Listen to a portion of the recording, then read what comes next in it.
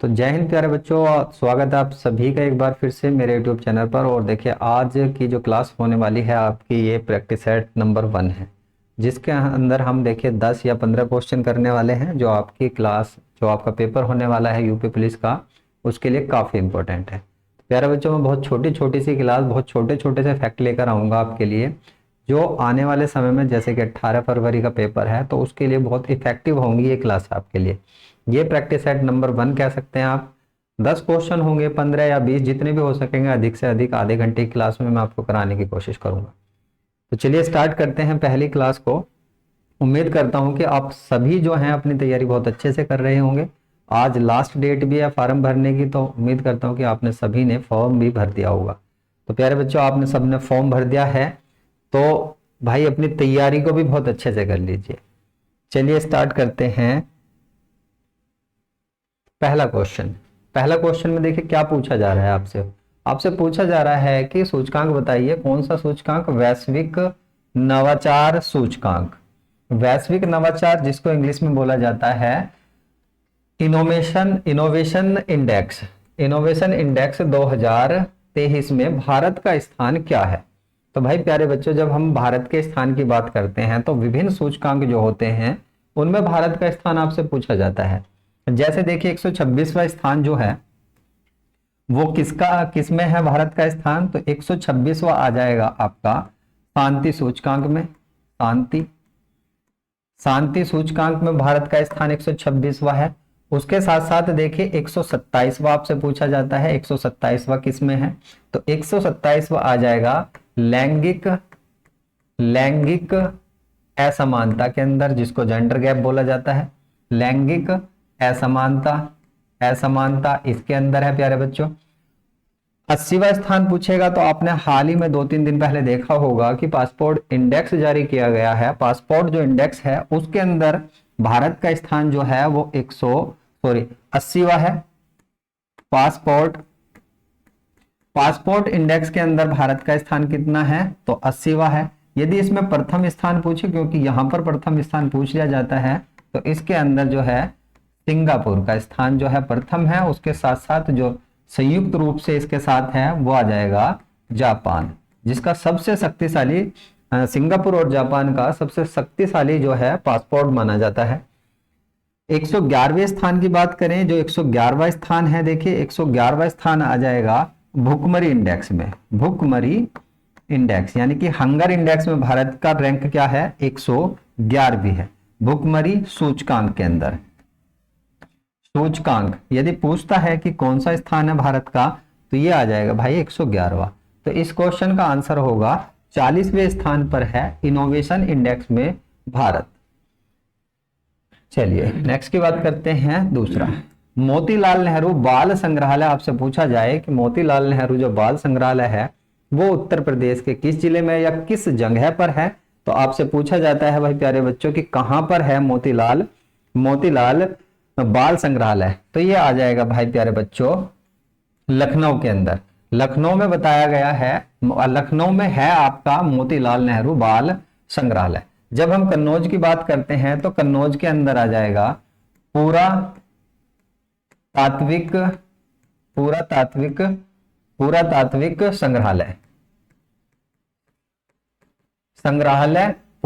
संग्रहालय यदि आपसे पूछेगा तो ये कहां पर आ जाएगा? कन्नौज के अंदर आ जाएगा। यदि रामपुर में पूछेगा प्यारे बच्चों की रामपुर के अंदर कौन सा है, तो बी.आर.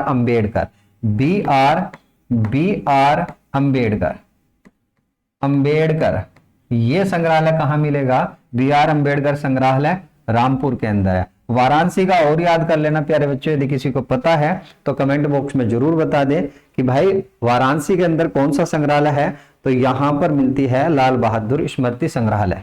लाल बहादुर स्मृति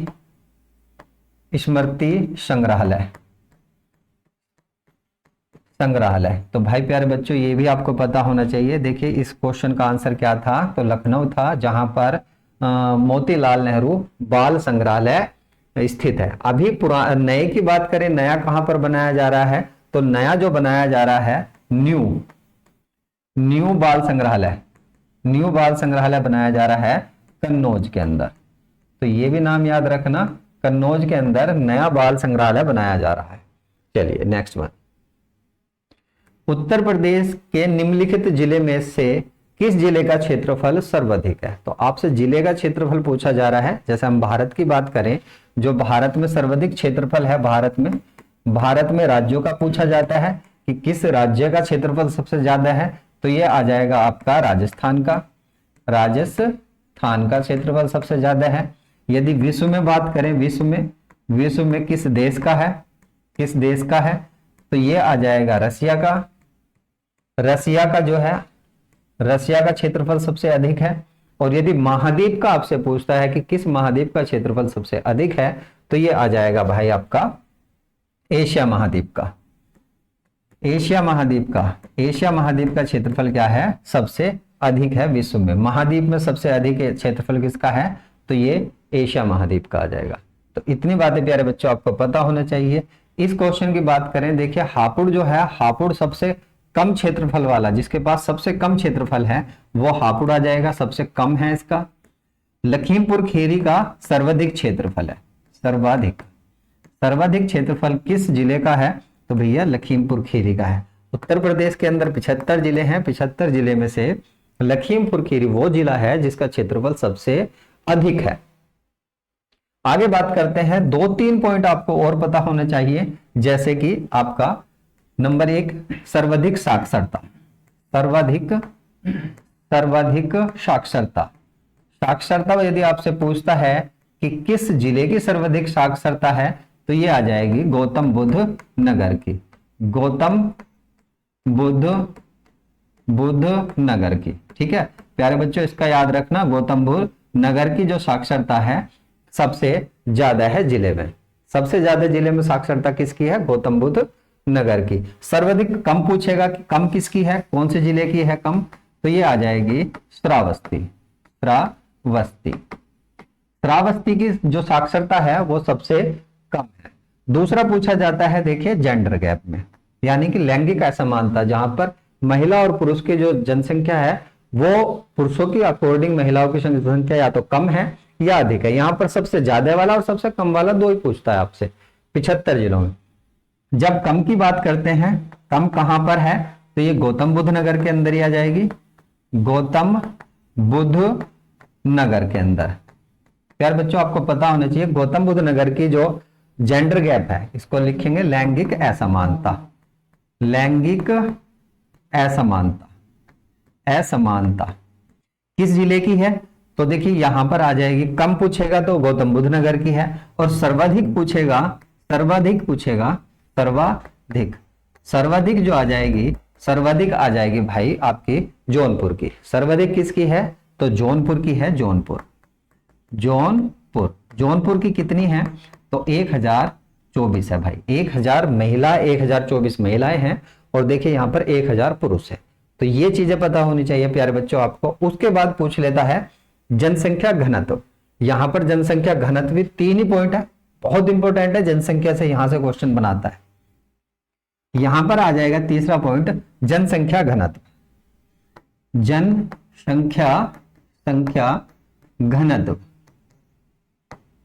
घनत्व जो है, देखिए जनसंख्या घनत्व, यदि सबसे ज्यादा जनसंख्या घनत्व वो पूछेगा कि जनसंख्या घनत्व घने लोग कहां पर रहते हैं, तो भाई प्यारे बच्चों सबसे ज्यादा जो लोग रहते हैं ये रहते हैं आपके गाजियाबाद के अंदर। गाजियाबाद का जनसंख्या घनत्व जो है सर्वाधिक है, बहुत ज्यादा है यहाँ का जनसंख्या घनत्व, बहुत भीड़ भाड़ वाला इलाका है। वैसे भी दिल्ली से लगा हुआ है, आपको पता होना चाहिए कि दिल्ली से लगा हुआ है, तो इस वजह से यहाँ का जो है जनसंख्या घनत्व ज्यादा है। यदि न्यूनतम पूछे, न्यूनतम कहाँ का है? न्यूनतम पूछे तो ये आ जाएगा प्यारे बच्चों ललितपुर का। न्यूनतम कहाँ का है? तो प्यारे बच्चों इसका जवाब देना है आपने ललितपुर, जहां पर यूरेनियम पाया जाता है, जो देखिए तीनों ओर से मध्य प्रदेश से घिरा हुआ जिला है। तो ये सभी फैक्ट आपके एग्जाम में पूछे जाते हैं और पूछे जाने की संभावना भी है। चलिए आगे बात करते हैं। अक्टूबर 2023 में 27वीं सड़क कांग्रेस 2023 का आयोजन आपसे पूछा जा रहा है कि कहां पर किया गया है। देखिए चलिए उससे पहले आंसर करिए आप इतने, मैं बताता हूं इनका। जकार्ता की बात करें तो जकार्ता के अंदर देखिए क्या हुआ है, ये इंडोनेशिया की राजधानी है, अभी हाल फिलहाल में इंडोनेशिया की राजधानी है। यहां पर हुआ है आसियान, आसियान की जो बैठक हुई है, बैठक बैठक आसियान की बैठक हुई है कौन सी, 2023 वाली प्यारे बच्चों। 2023 की जो बैठक है ये आसियान की कहां हुई है, तो ये जकार्ता के अंदर हुई है। आपसे पूछा जाता है कि आसियान के अंदर कितने देश हैं, तो आसियान के अंदर प्यारे बच्चों 10 देश थे। अभी देखिए तिमोर लिस्ते, तिमोर लिस्ते लिस्ते ये जो है देखिए अभी हाल ही में इसका नया मेंबर बना है, तो अब इसके अंदर हो चुके हैं 11 देश, यानी कि अभी इसके अंदर कितने देश मिलेंगे, तो 11 देश है। दक्षिण अफ्रीका की बात करें तो देखिए यहां पर हुआ है ब्रिक्स, ब्रिक्स ब्रिक्स का जो 2023 की जो बैठक हुई है, 2023 की कहां पर हुई है, दक्षिण अफ्रीका के अंदर हुई है। और कौन से नंबर की थी, तो 15वें नंबर की थी। 16वीं बैठक जो होने वाली है, 16वीं बैठक प्यारे बच्चों ये कहां होने वाली है, तो ये रसिया के अंदर होने वाली है, रसिया के अंदर होगी, यानी कि रूस के अंदर होनी तो थी देखिए ये कहां पर, ब्राजील के अंदर, लेकिन उसने मना कर दिया। अभी ये कहां पर होगी, तो ये होने वाली है भाई प्यारे बच्चों रसिया के अंदर। बेंगलोर की बात करें तो यहां पर विश्व विश्व कॉफी कॉफी कांग्रेस कांग्रेस विश्व कॉफी कांग्रेस जो है ये इसका आयोजन किया गया। इसका आयोजन कहां पर किया गया आपसे पूछे प्यारे बच्चों, तो ये आ जाएगा बेंगलोर के अंदर। इतने फैक्ट तो कम से कम आपको पता ही होने चाहिए, सभी क्वेश्चन आपके लिए इंपॉर्टेंट है, पूछा भी जाता है। ब्रिक्स की बात करें तो देखिए ब्रिक्स के अंदर हाल ही में जो देखिए 5 देश जुड़े हैं, 5 देश इंपॉर्टेंट है, आपसे पूछा जा सकता है। दूसरा G20 2023 की बैठक भारत के अंदर हुई थी, 2023 किसकी, G20 की, G20 की 2023 की बैठक भारत के अंदर थी, 2023 वाली भारत ने इसकी अध्यक्षता करी थी। अभी 2024 की जो है अध्यक्षता कौन कर रहा है, तो 2024 की जो अध्यक्षता कर रहा है इस समय ये ब्राजील कर रहा है, ब्राजील ब्राजील। तो ब्राजील का नाम याद रखना प्यारे बच्चों, ब्राजील में हो रही है इस बार 2024 की अध्यक्षता ब्राजील। और इसके साथ साथ G20 जो है देखिए इसका नया मेंबर बना है, नया मेंबर भी आपको पता होना चाहिए, अफ्रीकन यूनियन, अफ्रीकन AU करके आप लिखोगे इसको, अफ्रीकन यूनियन जो है ये नया सदस्य बना है। अभी इसको बोला जा रहा है G20+1 के नाम से जाना जा रहा है, G20+1। अब देखिए इसके अंदर 2 ग्रुप जुड़ चुके हैं G20 के अंदर। पहले क्या था, G20 को पहले जाना जाता था 19+1 EU के नाम से, यूरोपीय यूनियन जुड़ा हुआ था। अब प्लस इसके साथ आप एक और कर लीजिए AU, अफ्रीकन यूनियन, यूरोपीय यूनियन, और 19 देश ऐसे हैं जो G20 के सदस्य देश हैं। चलिए आगे की बात करते हैं, महर्षि वाल्मीकि आश्रम। जल्दी से प्यारे बच्चों इसका आंसर करिए कि महर्षि वाल्मीकि आश्रम कहां पर है। महर्षि वाल्मीकि आश्रम की बात करेंगे तो ये आ जाएगा विठुर के अंदर, विठुर में है। और विठुर कहां पर पड़ेगा आपका, ये पड़ेगा भैया चित्रकूट के अंदर, चित्रकूट के अंदर पड़ने वाला है, चित्रकूट। कानपुर की बात करें तो कानपुर में आपका देखिए, कानपुर में बहुत इंपॉर्टेंट मंदिर है। कानपुर में कौन सा मंदिर है, तो कानपुर में आपको पता होना चाहिए कि कानपुर में कौन सा मंदिर है। कौन बच्चा इसका कमेंट में आंसर करेगा, जल्दी से बताइए। भीतरी गांव का मंदिर, भीतरी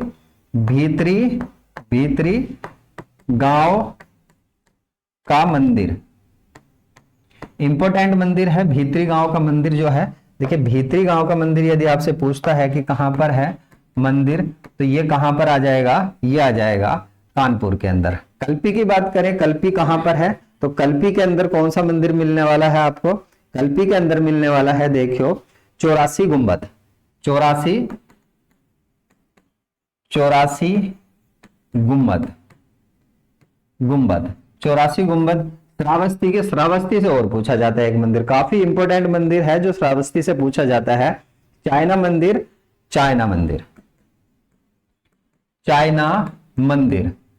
मंदिर पूछे कि कहां पर है, तो ये प्यारे बच्चों ये मिलेगा श्रावस्ती के अंदर। तो उम्मीद करता हूं कि जितने फैक्ट मैं आपको समझा रहा हूं सभी फैक्ट आपकी समझ में आ रहे होंगे। उत्तर प्रदेश पुलिस में इसी टाइप के क्वेश्चन बनते हैं प्यारे बच्चों। बहुत इंपॉर्टेंट क्लास है आपके लिए। यदि आप इस क्लास को देखते हैं तो आपका ये मान सकते हैं कि जो स्कोर होने वाला है जीएस का उत्तर प्रदेश पुलिस में बहुत ही अच्छा होने वाला है। चलिए आगे बात करते हैं। दक्षिण भारत की सबसे ऊंची चोटी आपसे पूछा जा रहा है कि दक्षिण भारत की जो है सबसे ऊंची चोटी कौन सी है। इससे पहले हम बात करते हैं, देखिए भारत की बात करें, भारत की सबसे ऊंची चोटी कौन सी है तो ये आ जाएगी कंचनजंगा। कहां पड़ती है तो ये पड़ती है सिक्किम के अंदर। सिक्किम कहां पड़ती है प्यारे बच्चों तो ये सिक्किम के अंदर पड़ती है कंचनजंगा। अब बहुत बच्चों का कंफ्यूजन ये होगा सर कि कंचनजंगा नहीं है हमारी, K2 है सबसे ऊंची चोटी। तो देखिए वो डिस्प्यूट क्षेत्र के अंदर है तो इंटरनेशनल लेवल पर वो भारत के अंदर काउंट नहीं होती। तो भारतीय सीमा के अंदर पर्टिकुलर भारत की जो सबसे ऊंची चोटी आ जाएगी वो कंचनजंगा ही होगी। लेकिन नॉर्मली आपसे पूछ ले कि भारत की सबसे ऊंची चोटी कौन सी है तो फिर आप K2 लगा सकते हो। K2 एवरेस्ट जो है देखिए हिमालय की सबसे ऊंची चोटी है और 10 जो सबसे ऊंची चोटी है विश्व में वो हिमालय की ही सबसे ऊंची चोटी है। 10 जो सबसे ऊंची चोटी है। यहां बात करें दक्षिण भारत की, देखिए भारत है, भारत की दक्षिण भारत में पूछी जा रही है कि दक्षिण भारत की सबसे ऊंची चोटी कौन सी है तो ये प्यारे बच्चों आ जाएगी आपकी अन्नामुडी। कौन सी आ जाएगी प्यारे बच्चों? अन्नामुडी। मेरे भाई अन्नामुडी जो है बहुत इंपॉर्टेंट है, जो बार बार पूछी जाती है। यदि हम अमरकंटक की बात करें, अमरकंटक जो है ऐसे मार्क नहीं करते इसको, अमरकंटक जो है देखिए किसकी है तो ये आ जाएगी मैकाले पर्वत। मैकाले पर्वत की सबसे ऊंची चोटी अमरकंटक है। दोदा बेट्टा की बात करें, देखिए दोदा बेट्टा जो है ये किसकी है तो ये आ जाएगी प्यारे बच्चों नीलगिरी की सबसे ऊंची चोटी कौन सी आ जाएगी? दोदा बेट्टा। महेंद्रगिरी की बात करें तो महेंद्रगिरी जो है ये पश्चिमी घाट की है, पूर्वी घाट की सबसे ऊंची चोटी कौन सी आ जाएगी प्यारे बच्चों? तो ये आ जाएगी महेंद्रगिरी। यहां आप मैप में देख सकते हो, ये मैप है। देखिए यदि आपसे अरावली पर्वत श्रेणियों की सबसे ऊंची चोटी पूछेगा तो अरावली पर्वत श्रेणियों की सबसे ऊंची चोटी आ जाएगी प्यारे बच्चों गुरशिखर। और कंचनजंगा मैंने अभी बताई है, देखिए सिक्किम के अंदर यहां पर पड़ती है। और K2 जो है देखिए ये आपको मिलने वाली है लद्दाख के अंदर। K2 कहां मिलेगी तो लद्दाख के अंदर मिलेगी। और जो अन्नामुडी है देखिए, जो अभी अमरकंटक बताई थी मैंने आपको, अमरकंटक जो है मैकाले पर्वत श्रेणियों की सबसे ऊंची चोटी है। उसके बाद बात करें देखिए यहां पर ये अन्नामुडी मिलेगी आपको दक्षिण भारत में। इसको पश्चिमी घाट की भी कहा जाता है, पश्चिमी घाट की सबसे ऊंची चोटी भी कहा जाता है। और पूर्वी घाट की पूछेगा तो पूर्वी घाट की अभी मैंने बताया ही है आपको प्यारे बच्चों। यहां आप देख सकते हो महेंद्रगिरी जो है पूर्वी घाट की सबसे ऊंची चोटी है। तो इस तरह से आपने याद करने हैं, सारे फैक्ट आपके एग्जाम में पूछे जाते हैं। बस क्लास में आप पैसन करके बैठे रहिए, बहुत इंपॉर्टेंट फैक्ट आपको समझाने वाला हूं। चलिए आगे बात करते हैं। नवंबर 2023 में भारतीय मूल की स्वास्थ्य कार्यकर्ती हैं जो महिला हैं, देखिए थनले चीमी जो है इनको किस देश का सबसे बड़े श्रम समूह जिसका नाम है नेशनल ट्रेड्स यूनियन कांग्रेस, इसका अध्यक्ष चुना गया है। तो भैया इसका अध्यक्ष जो चुना गया है इन्हें, ये आ जाएगा बी और ये आ जाएगा सी। तो इसका जो अध्यक्ष चुना गया है ये सिंगापुर का अध्यक्ष चुना गया है। और देखिए जब मैंने राजधानी वाला जो टॉपिक कराया था आपको उसमें मैंने समझाया था जो सिंगापुर है, सिंगापुर की खास बात क्या है? सिंगापुर की खास बात यह है कि एशिया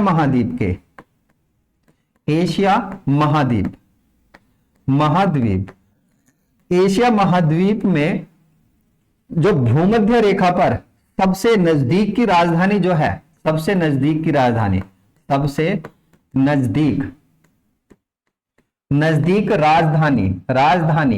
किसकी आ जाएगी प्यारे बच्चों? तो ये सिंगापुर की है। सिंगापुर की राजधानी किसके नजदीक है? तो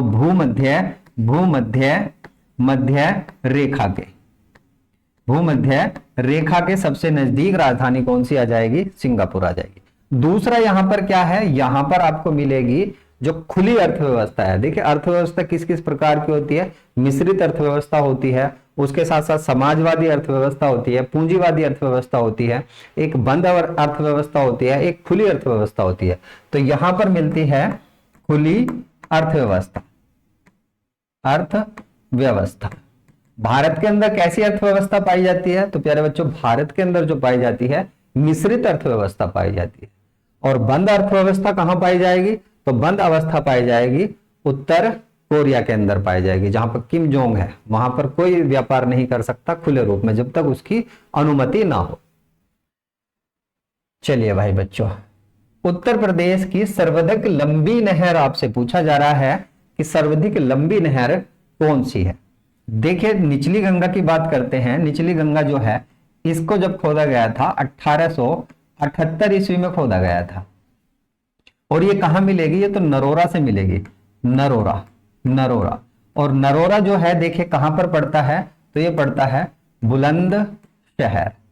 बुलंदशहर, बुलंदशहर में पड़ता है। और एकमात्र नरोरा जो है यूपी का एकमात्र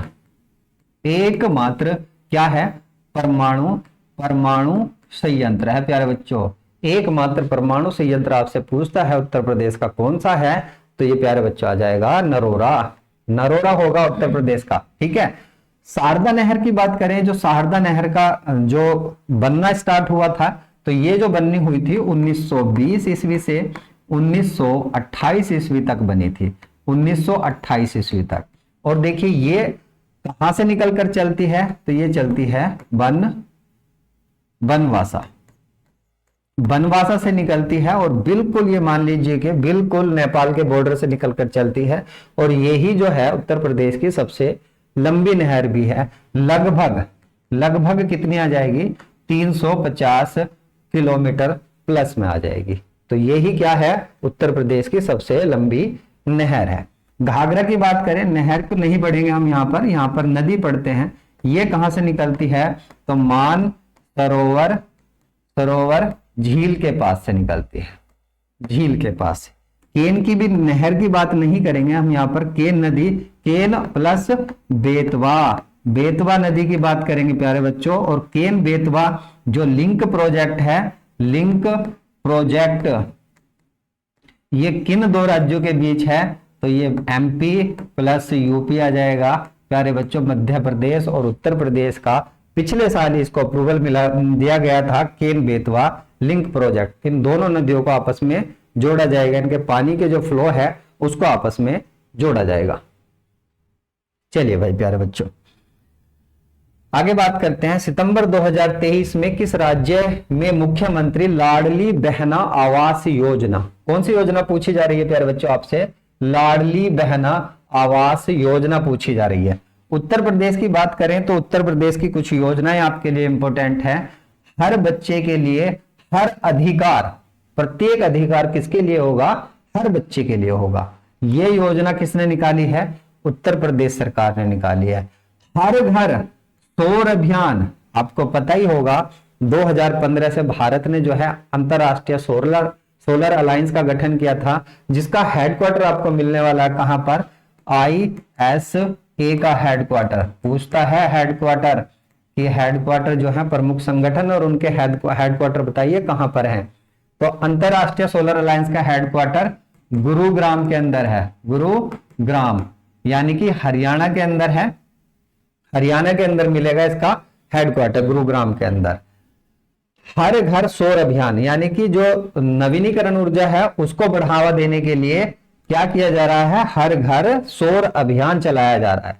पॉलिटेक्निकल चलो अभियान, स्किल प्रोवाइड करने के लिए उत्तर प्रदेश के जो युवा है उन्हें स्किल प्रोवाइड करने के लिए पॉलिटेक्निकल चलो अभियान चलाया जा रहा है। और ये वेरी वेरी इंपॉर्टेंट है, वेरी वेरी इंपॉर्टेंट। ये योजना लोग कर लेना, हो सकता है आपके एग्जाम में पूछी जाए।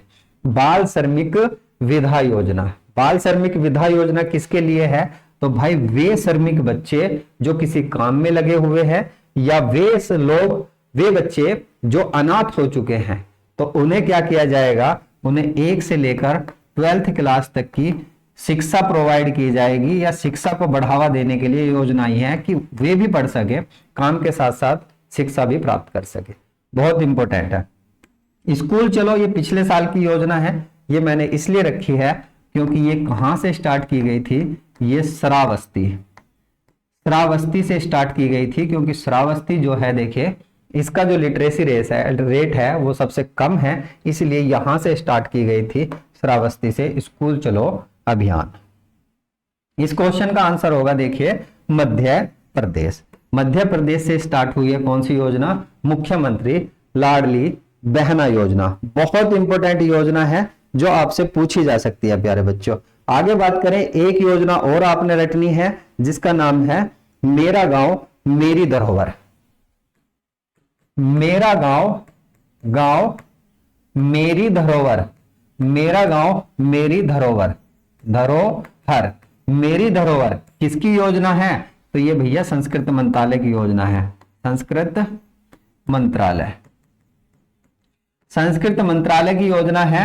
मंत्रालय की योजना है जिसमें क्या है कि कोई व्यक्ति ऐसा जो एक गांव को गोद लेकर उस गांव को डेवलप कर सकता है, जिसके पास ज्यादा पैसा है तो ऐसा काम कर सकता है कि एक गांव को गोद ले और उसको डेवलप करे, वहां का जो रूरल एरियाज हैं उनके अंदर डेवलपमेंट करे, उनके यहाँ विकास करे। तो ये योजना इसके लिए आई है, बहुत इंपॉर्टेंट योजना है ये भी आपके एग्जाम के लिए।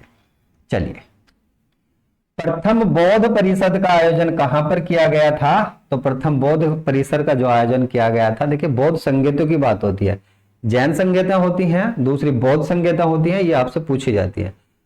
एग्जामिनर की जो प्रायोरिटी होती है आजकल, यदि बौद्ध धर्म और जैन धर्म से क्वेश्चन बनाता है तो ज्यादातर उनकी बौद्ध संगीतों से बनाता है, या फिर उनके धर्म के जो फैक्ट होते हैं उनसे क्वेश्चन बनते हैं। जन्म वनम से अब क्वेश्चन इतने नहीं बनते, तो फैक्ट वगैरह जो उनके धर्म के फैक्ट हैं उनसे क्वेश्चन बनते हैं, जो उनके साहित्य वगैरह हैं उनसे क्वेश्चन बनते हैं, या संगीतों से क्वेश्चन बनते हैं। बस यही पॉइंट आपको पढ़ के जाने की आवश्यकता है। ये कहां पर हुई थी प्यारे बच्चों, ये राजगृह के अंदर हुई थी। राजगृह के अंदर कब हुई थी, तो ये हुई थी 483 ईसा पूर्व। 483 ईसा पूर्व। 2 पॉइंट और यहां पर पूछे जाते हैं आपसे प्यारे बच्चों। एक तो पूछा जाता है कि किसके शासनकाल में हुई थी, किसका समय था, ठीक है, शासक कौन था उस समय में, शासक। और उसके बाद पूछा जाता है इसका अध्यक्ष, अध्यक्ष पूछा जाता है कि अध्यक्ष कौन था। ये पॉइंट आपको पता होना चाहिए। पहले जो था इनकी डेट पूछी जाती थी, लेकिन अब शासक के साथ साथ इसके अध्यक्ष भी इंपॉर्टेंट हो चुके हैं, जो आपके एग्जाम में भाई प्यारे बच्चों पूछे जाते हैं। पहले की बात करें, ये अजात शत्रु के समय में हुई थी। शासक कौन था इसका, अजात शत्रु। अजात शत्रु यहां पर शासक था। और अध्यक्ष कौन था यहां पर, ये था महाकश्यप। महाकश्यप बोला जाता है इसको, महाकश्यप जो था उस समय में इसके प्रथम बौद्ध संगति के अध्यक्ष थे। दूसरी की बात करें, दूसरी कब होती है, तो भाई ये इसके 100 साल बाद होती है, 383 ईसा पूर्व। उस समय में शासक कौन था, तो उस समय में देखिए पहले अजात शत्रु, उसके बाद आ जाएगा काला शोक। काला शोक उस समय का शासक था। और किसके समय में हुई थी, तो ये हुई थी सब्बा कामी के टाइम पीरियड में हुई थी। यानी कि इसका अध्यक्ष कौन था उस समय में, तो सब्बा कामी था। पाटलिपुत्र की बात करें, पाटलिपुत्र के अंदर कौन सी बौद्ध संगति हुई थी, तो ये 250 ईसा पूर्व में हुई थी। कई किताबों में आपको 255 भी मिलने वाला है, 255 ईसा पूर्व हुई थी। और शासक कौन था, तो उस समय बहुत महान शासक इतिहास का जिसका नाम है अशोक महान के समय में हुई थी। यदि आपसे इसके अध्यक्ष पूछे, क्योंकि अध्यक्ष भी आपसे पूछा जाता है, ये इंपॉर्टेंट है, मोगलीपुत्र